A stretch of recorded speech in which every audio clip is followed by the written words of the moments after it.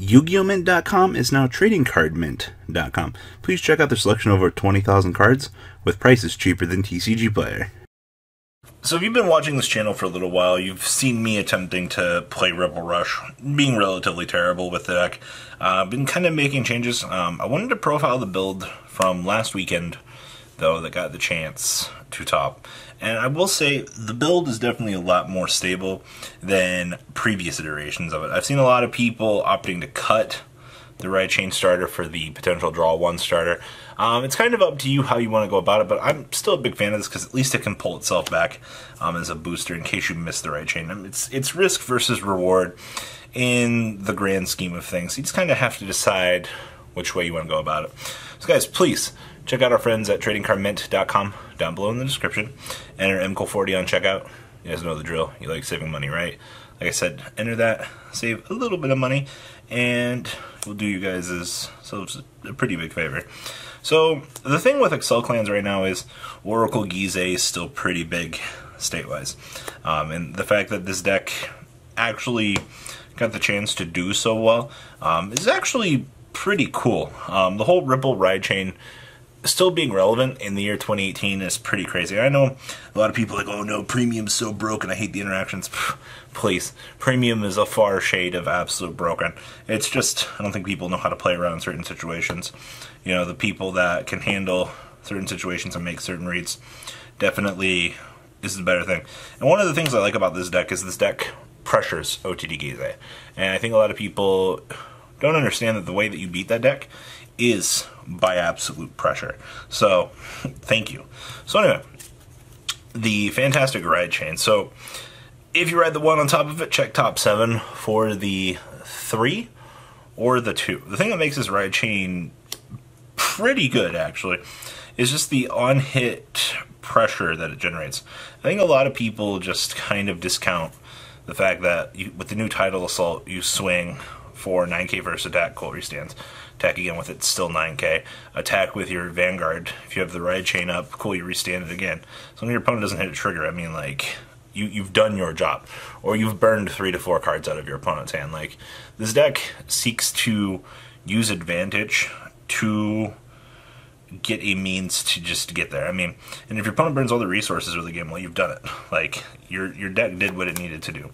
Now, as part of the ride chain, you have to play 2 of the grade 3. This card actually sucks, but I mean, for Limit Break 4, you can discard a copy of itself and restand. How many is it? Is it 2 or 3? Number in your front row is 3. May pay this cost if you stand all of your Aqua Force cards. Oh god. Cool. So, as long as things are going pretty good, you can restand the whole party. It is Limit Break, so I mean, it's kind of rare that it comes up, but you do kind of have to take a turn to Legion at times. So, there's that. And then, of course, you are playing 3 of the Legion. Now, I always forget to use my on Legion effect, so when this unit attacks, if it's Legion, if you have 3 or more rest units in your front row, choose up to one of your rear guards to stand it, and then counter charge 1. If you have 3 or more rest units in your back row, you get to draw a card. So there's that. And then mainly for the on-place effect, just counter blast 1, check top 3 for a card with Ripple in its name, add it to your hand. If your life is going completely terrible, this effect can kind of whiff, but it's fine. And then the reason why this deck is so good is because of this guy. So we like to ride this guy, and we like to use a little card called Odysseus to shove this back out onto the rearguard circle we just made. So if you have this on an Excel circle, it's 22, but when it attacks, you literally will discard a card and then be able to get minus 3k, and this guy will restand. So what makes him so good, you ask? Multi-attacking without restrictions. The fact that it's, I believe it's battle 3 or more, 3rd battle of that turn or more. Counter blast 1, discard a card, stand this unit, and it gets minus 3k. We don't care about that. We care that we can go crazy, get the full, awesome battle restrictions, and just keep pressuring our opponent. Like, this card is actually insane for what it does. Like, your 3s are really good for what they need to do. And then, grade 2s, part of the right chain, we have our boy Pavaroth. So, Pavaroth, on hit, choose one of your rear guards, stand it, and it gets 3k. Talk about pressure, especially with new triggers and things like that. Like, your opponent almost has to no guard this. I've seen really weird scenarios where your opponent no guards it, they hit the trigger, and you like cry yourself to sleep. And then there's your opponent overguards this, and then they're like, oh, I still have the extra attack. And people make really weird, bold calls against this, but this card is so good. Now we are playing 4 copies of New Tidal Assault. So as long as it's the first battle, he doesn't lose power. It's mainly what we care about. So first battle, swing, it restands, still 9k to the Vanguard. It's only second battle or more if you use the skill, you lose the power. So I think it's very important to understand that. These cards generate so much pressure.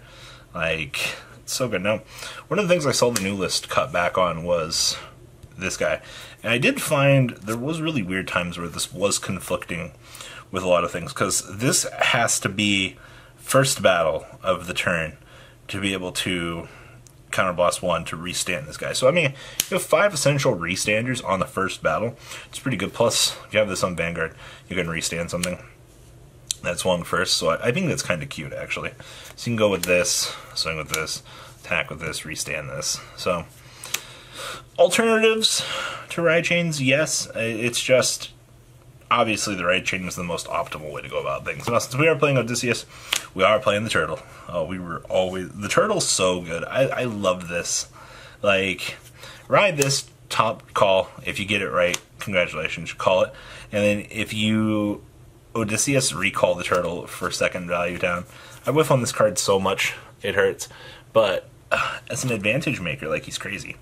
Grade 1 part of the ride chain, very essential here.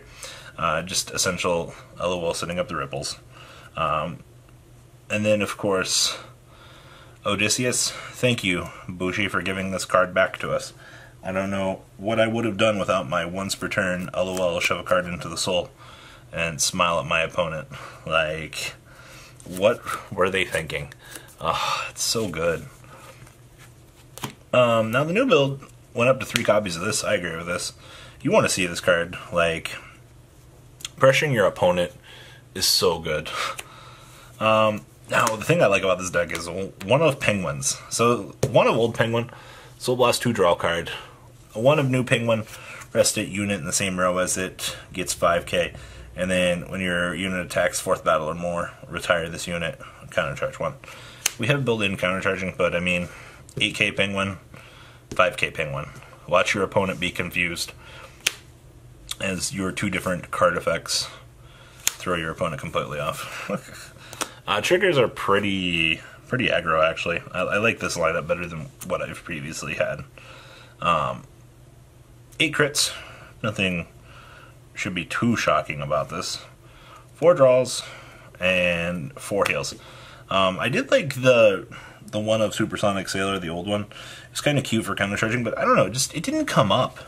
Like, you would think that it would be important, but no, it kind of blew, actually. Like, now, there were changes to the extra deck from the new list. I didn't make because we just don't have the cards. So I know the new list was playing 4 Lambros. And one of the things I do want to say about that is people have to understand that Lambros, if it's still your first ride, so remember, when this unit attacks a Vanguard, if it's the 4th battle of that turn or more, you pay its cost to choose up to 2 of your rear guards and stand them. And if the number of cards in your G zone is 2 or more, the units stood by this effect get 10k. We can still go swing, go 4th battle, restand 2 units, and you have to remember, they don't get power, but they still stand, so you still pressure your opponent with Lambros. Like, this card is still very good. Sometimes you just don't want to waste these. Like, Alexandros can be good for the later game, but you just don't want to burn them 95% of the time. So, there's that. 1 copy of this. Quad Drive is still pretty good. Like, people seem to understand. Still playing 1 copy of Madhu, probably going to cut this. Doesn't come up a lot. Definitely probably going to go for the other 2 Lammies. 2 copies of Thavas. Just Thavas name things. Wailing Thavas. Games don't go long enough to see this card, but I do have it just in case. I definitely do think that the pressure this card generates is pretty good. Playing 1 Honus, 2 Deterrence Dragon, 1 Dismal, 2 of this. Probably going to cut this and the Madoo for the other 2 Lambros, because that actually feels a lot better to me. I do agree with those changes at least. So that is Oxel in a nutshell. So what do you guys think? Please leave a comment down below. Tell me what you guys think. I love Ripple. I think the deck's a lot of fun. Remember to check out tradingcardmint.com down below. Enter MCO40 on checkout. Save a little bit of money. And well, guys, I'm out. Peace.